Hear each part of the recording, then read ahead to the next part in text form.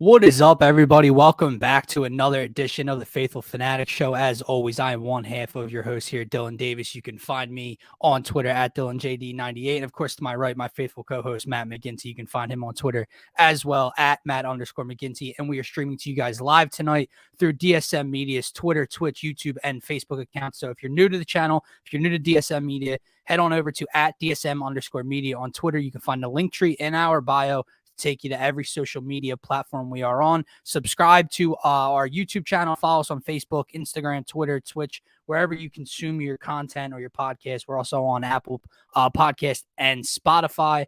Adam, what is going up, my man? Nice profile picture, Adam. We like it. That's one of our graphics up on the DSMT public account right now, guys. So if you're looking for some new merch, head on over. If you want to support DSM or any of the shows there, our merch site is up as well. Gint, what is going on, my guy? What's up, man? I don't think we talked pre All-Star break. It was the Bucks game, yeah. Yeah, so it's definitely been a little bit. A lot has happened. The Sixers look like a totally different squad since the last time we talked, obviously. So definitely excited to get into it. And it's been good, man. Everything's been good. I mean, if you guys don't notice, like I don't have the beard to do it, but my co-host to my right, he's trying to pull off the James Harden look. So we're gonna see how long. Gint, will you agree to grow this out as long as the Sixers keep running? I'm shaving it tonight. Tonight's the last day. Are you joking? No, I swear. You got to give the people what they want. I'm getting fucking DSM tatted on my leg because you made a bet. that's a far different thing.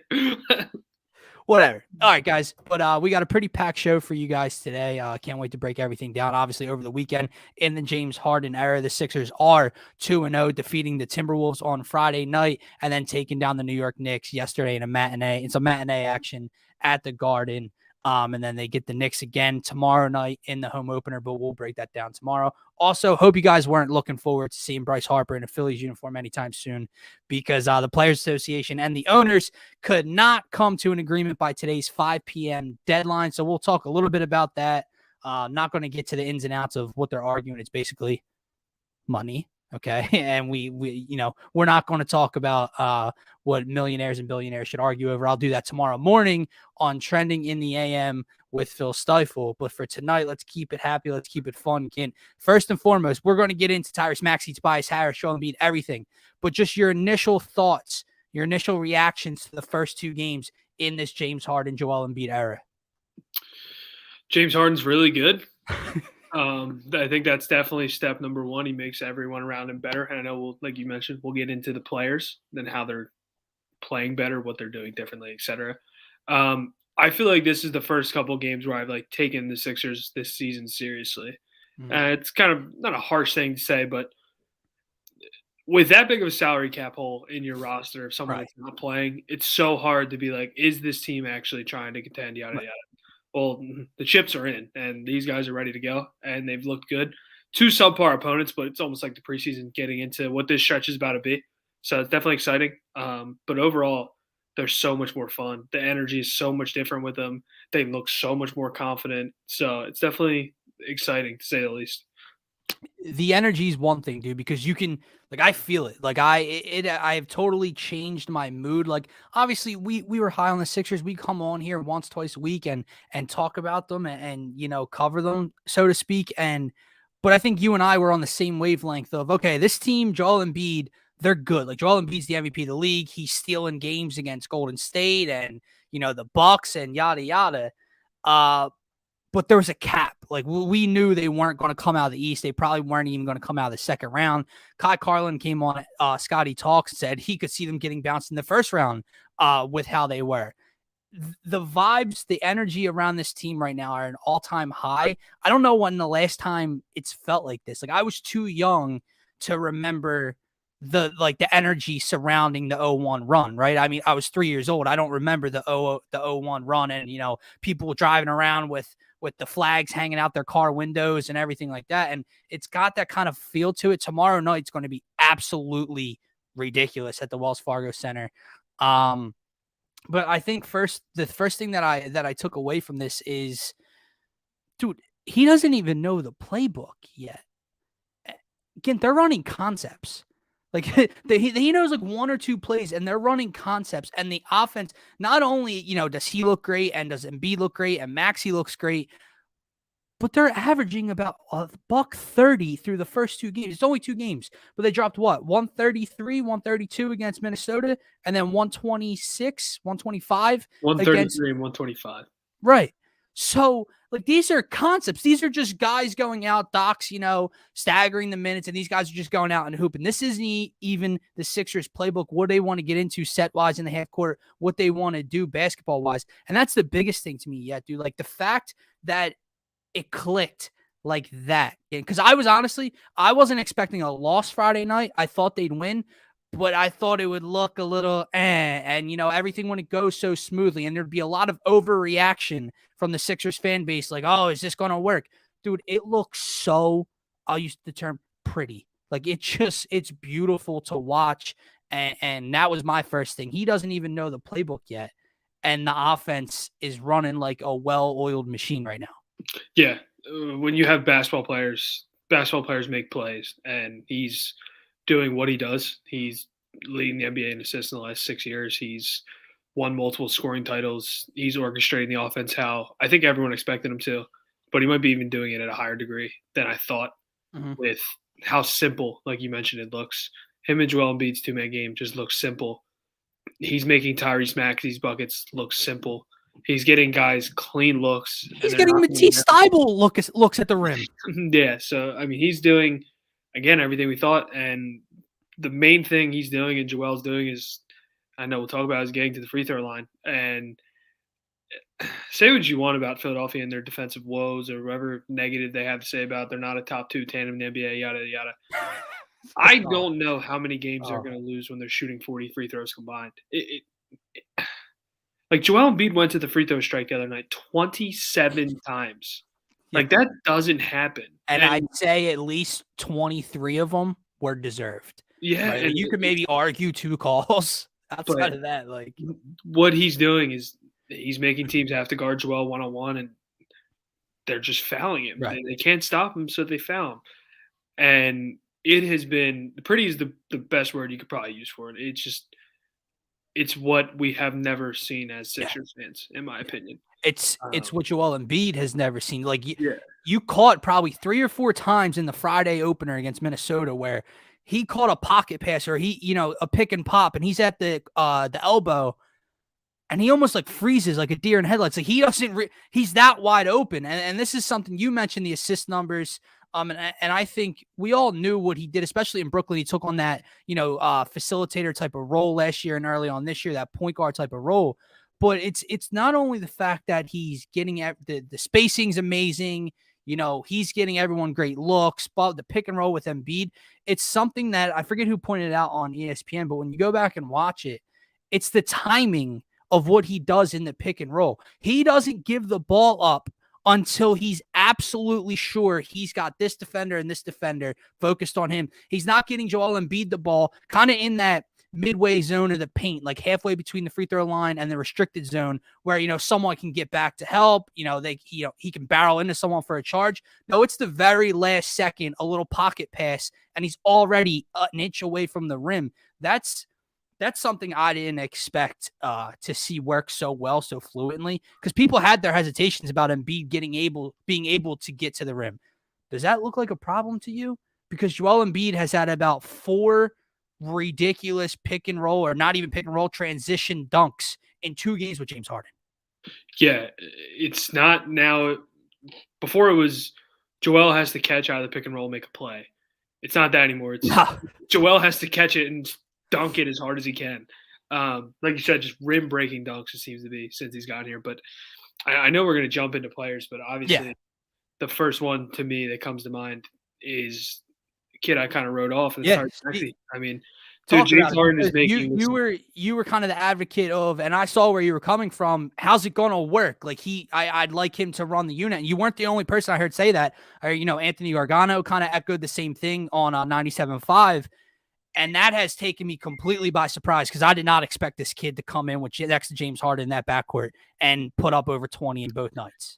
Yeah, he's making it look so easy for him too. He's getting to that floater. He's getting him in one-on-one coverage, and Tyrese Maxey's just hitting that second gear that he kind of gets into where he just sprints by everyone and gets a bucket. Um, Obviously, we'll jump into some other players, but that was the first guy I kind of wanted to highlight it on because his life is getting so much easier, Mhm. and I didn't know what it was going to kind of look like with him. It also helps that the kid just shoots the ball very well now. It's something that was a huge question mark coming into the season, and he's made that a point that he could shoot the ball off the catch and shoot, off the bounce. He's hitting sidestep 30-footers the other night, so he has exceeded He's my amazing, bro. expectations by far. He It's really been is. awesome to see. Like, I still stand by my statement, I think, of, we didn't want to, but if that was the missing piece in a deal to get a guy like Harden, I'd probably do it. I'm so happy it didn't take that because some of the shit the kid can do so early on in his career. What did he shoot coming out of Kentucky from beyond the arc? I think it was 29? 29%. He was under 30%. He's above league average this year. And his athleticism, his quickness, his speed, the way in the game in Minnesota really stood out to me. And I said this to Scotty on Sunday morning, like, he gets the ball into the lane and midair, he like contorts his body, changes hands with the ball, and like opposite hand finishes with a floater. It's not normal. The athleticism of the kid isn't normal. It's it's not Ja Morant level, but it's something else. But talk to me. You mentioned he's able to use his speed and his quickness. How much do you like that and the fact that the Sixers are going to be able to hit you in multiple ways, in multiple fashions now, because you got Joel Embiid and James Harden who will gladly slow the game down for you. And then you got an energy type of guy like Tyrese Maxey who's 100 miles per hour every possession. Yeah, I think it's probably the most important thing in basketball is obviously being able to hit from multiple ways. Also, it's the amount of attention Embiid and Harden are drawing is insane, and it takes one turn of the head for Tyrese Maxey to absolutely blow by you for a layup. Mhm. And they were highlighting it the other night. James Harden, they're playing in the pick and roll, and the defender is just standing straight up for 1 second, and he throws a rifle to him, and he's already by him for his little floater he put in. Yeah. So it's On the huge. right wing? Yeah, yeah. Yeah. Changes of pace, change of speed is huge in basketball. And if you're able to do it from the slowest to the fastest, because Tyrese Maxey, I assume, has to be in the top 10 of speeds in the NBA. The kid is so ridiculous, and with the ball especially too. So those two on the break looks really good as well. Obviously, we saw the 240-mile-an-hour pass James Harden hit him with in transition. He laid it in on Friday. That was awesome to see. So Tyrese Maxey is way better than I thought he was to start, and a way better fit with James Harden than I thought he would be, which is cool to see because I was a doubter and I was wrong. It's just so interesting to me how he doesn't need the ball in his hands. Like, that was one thing I kind of questioned was, we know he's not a great facilitator. So is he really a point guard because he's not ready to lead a team to a championship run as the main point guard and ball handler or whatever? But I didn't know how he'd get his looks because before Harden, he wasn't getting, many shot attempts per game behind Embiid, Curry, Harris, etc. Now with Harden, I'm like, all right, what's he going to take 5-6 shots a game? No. It's quite the opposite. The kid's getting involved. Just it seems like the ball's touching his hands just about every possession. I want to keep it on a positive note because I know I'm not going to get negative about it. I don't think you're going to get too negative about it. But before we get to the guy everyone wants to, point the finger at as the one failure so far in this James Harden era, let's take it to Matisse Thybulle because he's been another positive, a guy who offensively the numbers clearly are not jumping off the page to you. They're never going to. He's still not shooting the three well. He's still not hitting, open corner looks, but he's moving off ball a lot more right now with James Harden than I've ever seen. I can count at least 4 or 5 times in the first 2 games with James Harden, where he's found an open look at the rim and it's just an easy lay-in. It's an oop, whatever. What have you seen from Matisse Thybulle, like especially offensively, because we know what he'll do defensively? So Matisse before Harden, I'm pretty sure was in like the top 1 percentile of the stat was like slashing and scoring in terms of making a cut, getting the ball, and being able to score. So he was already good at it. Now you're putting in a guy that probably draws the most attention in the entire NBA besides Joel Embiid, and that's James Harden. So Matisse was already doing it well. Now, again, that turn of the head that I was just talking about, it takes one cut for a dunk. It takes one face cut. It takes whatever, and he's able to just catch and dunk it. Matisse, that was freakishly athletic. We know that.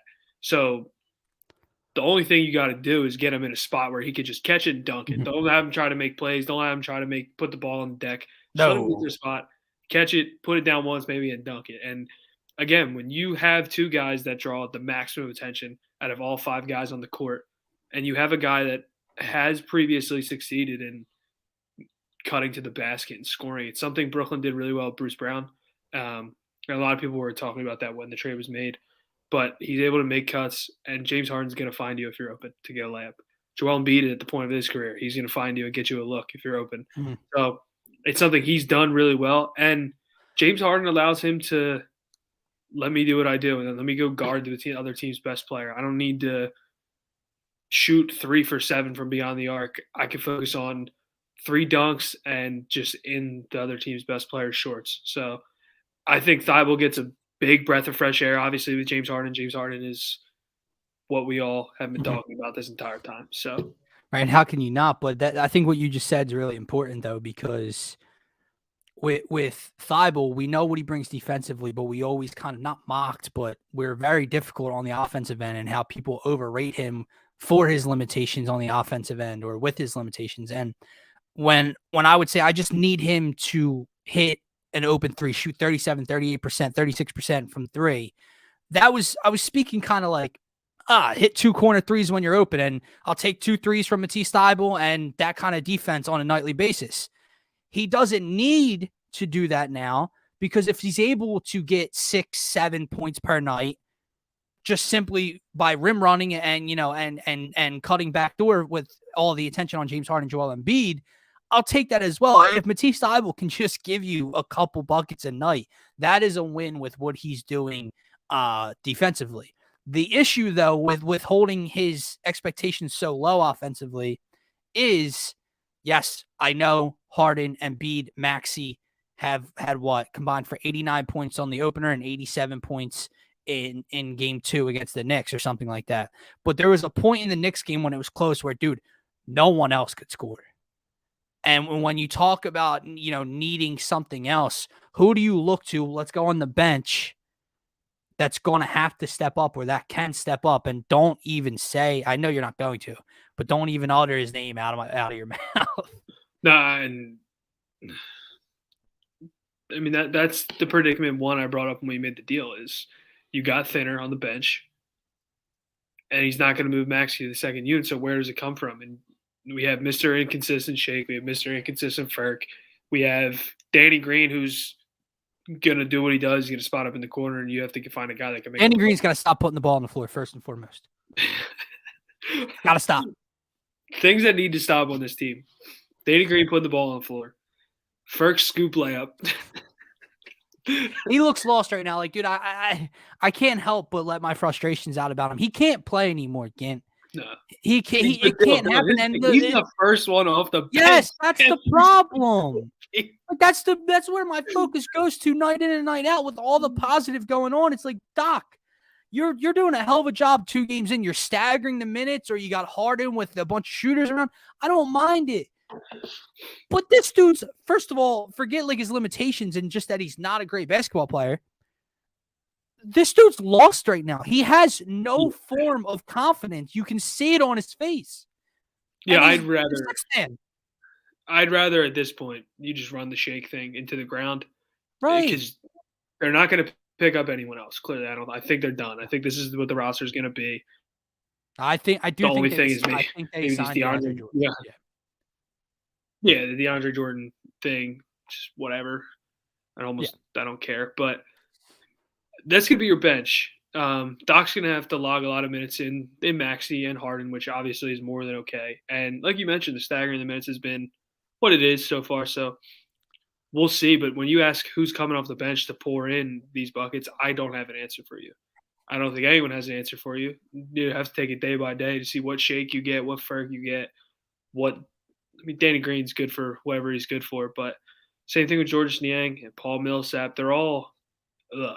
I guess that's the best way to describe them. So I think what you have to look at within the starting 5, you're getting at least 100 from the starting 5. Like you are. You're almost guaranteed on a nightly basis to get 100 from the starting 5. Yeah. Sorry, I was like, So you just I was need sitting there adding it up, and I was like, "What am I missing?" And I was like, "Oh, James you Harden." just especially in a playoff atmosphere when their Yeah. minutes are only going to tick up and you're only going to need 8 to 10 to 12 minutes from some bench players here to just fill some holes. They just can't lose the game. So I'm not so much worried about that. You just can't get killed like we saw, in the Toronto series a couple years ago when Embiid's off the floor. And last year, the bench really showed in Atlanta with how deep Atlanta was. So I'm not really worried about that. I guess my question just was like, they have enough in my mind, but when Embiid and Harden and Maxey and Tobias just need a couple possessions off the floor, can you not be a -6? And this is the greatest thing ever. So, the Minnesota game, they won by how many? 31? 31, 32? Yeah. Yeah. I just can't help but talk about it. So, plus minus is a very skewed type of statistic. Yeah. It's not the end all be all of stats, right? Uh. But when your starting five is all plus 35, plus 28, plus 26, plus 22, when most of your bench is a plus 8, plus 9, plus 10, right? You know who played the second most minutes off the bench on Friday's game? Burke. Mm-hmm. Played 16 minutes. Yeah. Would you like to guess what his plus minus was in a 30-point win? He had to be like a -4. He's -6. That's impressive. Do you understand how difficult that is? Like, this isn't saying, oh, he played 4 minutes and they got ran off the floor in a couple minutes, so he was a minus. In a 32-point win, when every other player was an astronomical plus, you played the second most bench minutes in the game, and you were a -3 buckets. That's pretty bad. Dude, that's maybe historically bad. Like, I'm like trying to wrap my head around it, like when that happened. It feels like they won every single minute of the game. Like I don't remember how they could have possibly been. How someone could have been negative. That doesn't even make sense. I'm sorry. It's all positive. Trust me, I'm as happy as can be. I can't wait for every game day for the Sixers, and I can't wait to watch it. But that guy, I can't, dude. He lives in my head, and it's bad. I can't get over it. And Doc just force feeds him to me like I'm a prisoner or something. I could not believe when I saw him as the first guy off the bench. No, yeah, dude. Because and here's the issue, right? In a perfect world, if he's knocking down the open threes, that's the guy on the bench, I guess, you want around Embiid and Harden. Problem, bud, he's not knocking down the threes. He's dribbling off his foot, stepping He's dribbling off the foot. He does the same weak-ass right-hand scoop layup that gets thrown 100 miles an hour off the backboard once a night. He doesn't play good defense, and he has no confidence. If he had confidence, whatever, bro. He has no confidence. I'm fine, and you know this, Gint. I ain't an Isaiah Joe guy. No, I think he deserves all the minutes. 110% Isaiah Joe would play for. At least Isaiah Joe will pull anything and everything. Yeah. Isaiah Joe walks in the gym and is happy. When Cork dribbled off his foot against the Knicks, and it was a close game at that point, Doc brought him out. Yeah. And he sat like two players in on the bench, and I'm screaming at my TV for him to keep going. You're sitting in the corner. You're not coming in the rest of the game. Put your warm-ups back on. You're done. Doc brought him in the second half, and he's not giving Shake run, dude. Like, don't get me wrong. Shake has not looked very good since he's come back. Shake's been inconsistent as well. But I've seen what everyone talks about, the upside of Korkmaz if he's hitting shots. I've seen the upside of Shake Milton when he's feeling it. So why not try that? What's up? Shake won as a playoff game. Yeah. So, like, I don't get it. But again, Doc has been very, very good through the first 2 games of this new look team. All right, let's get to the meat of this conversation, which is the one guy who hasn't looked particularly comfortable through these 2 games next to James Harden. And that is obviously Tobias Harris. Now, I know a lot of people want to rip into him. A lot of people want to get on him. I'm not worried, especially because of his comments. Like, he looks like a guy to me that's just trying to figure it out, and he doesn't want to force the issue with anything. So he's letting, Harden dominate and Embiid dominate. Maxey's playing great. He's sitting back. To his credit, Gint, he's shooting the 3. Like, I think he took 6 or so or plus threes in Friday night against Minnesota. They just weren't falling. He only hit 2 of them. He's playing very good defense. And in a win on Sunday, he led the team in that plus minus stat at a plus 25. So he's not getting them killed. He just doesn't look comfortable offensively so far. How do you fix that? It's just reps. It's plain and simple, right? Tobias Harris came into this year after last year where he seemed to be having a mismatch every night. Had a really real good quick, year. not to cut you off. Yeah. Think about the roller coaster he's been on since arriving in Philly. Because from day one is when Jimmy Butler was here. So he's the 4th option in that offense. And then with Ben, he's the 3rd option. Now Ben's not here. He's the 2nd option. Now he's back down to like a 4th option again. No, 100%. And you said it right. It just comes with reps. Tobias Harris is a pro. And that's something everyone could say about Tobias Harris. Yeah. He's going to figure it out. Now, James Harden is the perfect teammate for it, too. You saw his comments the other night. Like, we don't care if you shoot a catch and shoot 3 20 times and miss every single one. Like, that's the shots we need you to shoot, and you're going to make them more times than not. When Tobias Harris came here, he was a 50, 40, 90 guy, and he was playing around a bunch of playmakers. And I think he's back in that scenario with 3 guys that can get him a shot. And again, he's a pro.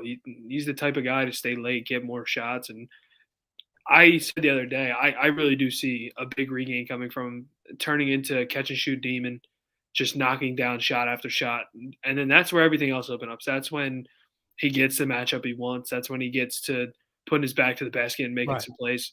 So I'm very excited for it. To put stock into 2 games that you won by quintuple amount of points. Let me put positive stock into it. You won 2 games, had that explosion offensively in both games, won by 16 and 30 plus. And Tobias Harris, who is a 20-point per game scorer almost in his career, isn't scoring yet. Exactly. So if that part gets figured out, and what I like about it best is, like you said, professional, right? So being that professional that he is, he's not getting too low, right? It's not working out offensively. He's not getting the looks he's used to. He's not shooting well from 3 in the first 2 games. He's not getting to the free throw line hardly, but he's playing some pretty damn good defense on, in both nights. He was on Cat a lot of the night on Friday, and, he had looks at Julius Randle, and I forget who else he was on. Pretty sure Julius Randle was his main assignment on Sunday. So the fact that he's able to keep his head up and play hard on both sides and just, like he said today, play winning basketball, I'm happy. Yeah. And I think he'll figure it out. The biggest thing with him is just staying engaged because, as you just mentioned, the guys he's been guarding. Right. It seems like Philly's going to make Embiid this main help defender that is going to be a rim protector, is going to be an anchor, which they should, because personnel-wise, they're not the best right now on the perimeter. Mm-hmm. They don't have Ben. They don't have a guy like that. They have Matisse, who's, again, was 2nd team all defense last year, solid. And then it's Harden, Maxey, Tobias that aren't the best bodies. Right. You saw when he guarded Cat, Embiid's in the help, kind of, again, anchoring us. So you'll see it. When they play Milwaukee, it's kind of switched in that situation. I think Embiid will be on like a Giannis. They'll probably throw Tobias on a Brook Lopez. They'll throw him at bigger guys if it means keeping Joel close to the rim. So him staying engaged, he's going to get thrown at a lot of these good players. And he's, like we mentioned, a pro. He's going to step up to the challenge. He's going to do what he can. Again, I think big things are coming for Tobias. I hope so, man. And I know, listen, we get on Doc, and his fan base likes to get on Doc a lot. And sure, Doc definitely has his flaws as a coach, right? But he's a great offensive-minded coach. And if there's a guy in my mind that's going to get the most, that can figure it out for Tobias Harris in this cluster, when you have so many options, I think it's Doc Rivers, right? Like what was the one thing we loved all last season about Doc? He unleashed Tobias Harris. He got the most out of Tobias Harris in his entire career, right? He should have been an all-star. If there's a guy who can, he's going to sit back. Okay. Don't get me wrong. I don't expect Doc to just start changing things to get Tobias, going when things are working out so far. But what I mean is that there's a guy who can find ways to get Tobias scoring 15, 16, 17 a night. It's Doc Rivers. And again, to your point, if some of those 3 start falling at a consistent clip, we're not even talking about this because he's given you that 16 to 18 a night regardless. He's just not hitting the open 3 so far. So yeah, I totally agree. And again, this locker room seems to be at a different level in Yeah. terms of support and everything like that. And these guys are telling him, shoot it, let it fly. Yeah. We've seen you do this. There's no reason to not have him do it. So Speaking of the locker room, that's another part that I've just fallen already in love with about you. He just seems like the man, dude. Like from before he was here, when his time in Houston and Brooklyn, you just never saw a personality, right? From the beard. You just never saw it from him. And you don't see a personality too much from him. But when you see him celebrating the N1 with Joe, when you hear his post-game press conference about how he, don't ever get it twisted. I just want to be on this floor. I just want to hoop. I'm here to play championship basketball. When you see him and Joe, he's got Joel.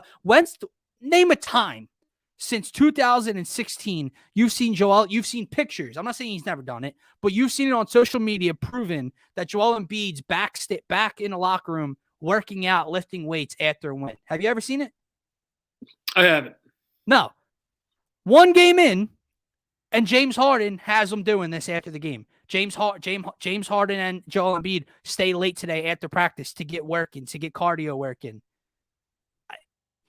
Any bad word I heard uttered about him before he landed in Philly, I don't see it, bro. And I know nationally people want to call it the honeymoon phase. It always seems great in honeymoon phase with James Harden. I don't buy it, dude. Like, and I think that's one thing that people get twisted about him. And, because it's recency bias. It's 3 teams in a year and a half or whatever it is. He was in Houston for 8 years, Kent? 8 years. He didn't leave Houston. No, it didn't work out. He didn't win a ring. He had some playoff runs. It didn't work out, right? He didn't leave until they went to a rebuild mode, right? Well, so he forced his way out there. And did he go about it the best way per se? Probably not, but he got out of there, right? It was in his control now. If the reports are true, if he's speaking the truth, this is where he wanted to be. Houston doesn't make the deal with Philly. They get a better offer, whatever, from Brooklyn. He gets rerouted to Brooklyn. Okay, he didn't want to be in Brooklyn regardless. You got the Kyrie situation going on. They've only played 16 games together in the time they've all been there. They're losing, and he didn't just leave because they're losing. He got his way out of there. So, no, I don't believe that James Harden is just this dude at the first sign of struggle, at the first sign of loss, whatever. He's pulling these antics, and he's at the strip club, and he's out, right? I think he's ultimately a great leader. And again, another thing that I love about him, he's just got a high basketball IQ. Like, we all think of him as like this top 10 scorer ever, right? Like, he's just a magician with the ball and the step back 3. Doesn't it seem like he makes the correct play 98% of the time? Yeah. Yeah. Again, he's a basketball player, and basketball players make plays, and it's what he's done his whole career. And I presume it's only going to continue here. Like, every pass is crisp and where it's supposed to be and on the money. And he hasn't really turned the ball over so far in Philly. So again, 2 games against, the 7 seed or whatever they are in the West, and the Timberwolves. They're no slouch. And then the Knicks are obviously, plummeting right now in the moment. But again, regardless, 2 nice wins. I guess the only other thing that we can get into from those 2 games, we already mentioned the free throws. Isn't that hilarious, though, dude? Isn't it the outcry of the NBA? It's so nauseating. The NBA need again, and I tweeted this, and I don't know if you saw it, but when opponents in the playoffs were playing hack-a-ben, was anyone complaining about the game being slowed down and the Sixers shooting so many free throws? No. Oh wait, but the free throws are going in now. At a high clip. Just don't foul him. There you go. I mean, if you can't guard him, let him score. You don't foul out. That's another reason he's a magician, dude. And I'm sure you know this, you've seen it, but like the way he's able to draw contact in the lane and getting to the rim, he shows you. He doesn't try to come in, right? That's why Maxey doesn't get a lot of, not everyone gets those calls, because guys try to come in and kind of go sideways, not sideways almost, but, lean and kind of go weaker up. Bro, he runs into your chest, makes you backpedal, shows you the ball right in front of your face. You start grabbing, and that's why he gets so many calls, and people hate it. He's that good, bro. He's that savvy. He's that smart. and you can complain all you want. Good luck stopping it, bro, because you're either going to give the combined 50-plus free throws a game where they're going to knock down 85 to 90% of them, or you're not going to foul them and they're going to shoot efficiently from the floor. That's not top 5 duo. My Pick your poison. ass. Yeah, we're not even going to get into that. That was the dumbest thing ever in my life. That was like really bad. Yeah. And listen, dude, I get stations, views, clicks, ratings. Stupidity isn't. I'm signing off on stupidity. No, I know, but that's what I know why it was said. Because if that's actually somebody's mindset, if that's stupidity, how are you employed, bro? What are you watching? No, it's not even what it's it's all done on purpose because he prefaced it by calling Philadelphia people bozos. Yeah. Right. So it was just a click. These bozos in Philadelphia is the headline. The first 3 words, right? Okay. Now you got everyone riled up. And sure. And listen, our guy Scotty here, ate him up yesterday. So I know he's feeling, but it's so stupid. Now I do want to talk to you about a little bit of the kind of how the standings are shaping out. Obviously, we'd have to see how the back end of the East plays out before we could determine what we want. But what's your ideal situation for the Sixers? Chicago can't beat any good team. I was going to say Chicago gets the 1 seed. We get the 4 seed. We trounce like Boston in the first round and play Chicago in the second round. That would be ideal. Now I don't see that happening. Chicago's schedule, our schedule, and Brooklyn's schedule is really tough these next coming weeks. So things will really start to shape out then. That's why I just wish one of the bummy ass teams in the basement of the East could just get their shit together for 3 weeks while the Nets continue to struggle shorthanded and get their asses out of the play-in. It's not going to happen. It's a pipe dream. No, they're going to get in there. But yeah, I know. They got a lot to figure out over there in Brooklyn before they start talking about anything else. All right, Gint. Well, we'll be back tomorrow. We're not done yet. Oh, Jesus Christ. We're not done yet with today's show, but that's probably going to wrap up the Sixers segment for today. We'll be back tomorrow live at 5 or 5:30, talking about the Sixers and Knicks matchup again. The debut at the Wells Fargo Center of the James Harden era. I can't even imagine what that place is going to be like. I wish I could get down there, but not in the cards tomorrow. Again, Nova's got a big matchup tonight, bro. In about 2 minutes. Yeah, the tip-off at 6:30. Yeah. Thoughts on the Nova Providence matchup? Oh, it's huge. I think, if Providence win, they win the Big East outright, I'm pretty sure. If Villanova can beat them, they have a chance of splitting it, I believe. If Providence now it's in Philly, right? Because the first matchup was in Providence. Yeah, it's at the Finn. So, if Nova beats them and Providence loses the next one, Nova would win outright, actually. I don't know. It's a big mess. Providence has 2 losses. Nova has 4 in the conference. If Nova beats them, they would have 3. And they would need 1 more loss out of Providence, and they'd win it outright because they beat them 2-0 in the season series. But the injustice that occurred, we won't even get into that because I have never been more upset at officials in my entire life in sports. It was one of the worst losses I've ever seen. But yeah, obviously in March. We touched on it a lot last year too. We'll get back to it. I was just going to say it's March 1st. We got about Selection Sunday was 2 weeks from yesterday. Last Sunday. Yeah. Or 2 days so we'll be getting into March Madness a lot more. Try to get our boy Mark Henry. Selection Sunday show. We should definitely try to get one. That would be sick. Oh yeah. We'll do another live stream for that. It's a lot of fun. I got to get what. It sounds very bandwagonish. Now, don't get me wrong. I watch Nova a majority throughout the season. Yeah, I know you do. Because that's my favorite college team. But as far as, consuming overall college basketball, I used to be ass opposite. I used to love college ball, and I snarked at the NBA. Yeah. Probably around 2013, 14. It started to switch kind of around the time Embiid was drafted, and I was later into high school, and I really started ramping up watching the Sixers more.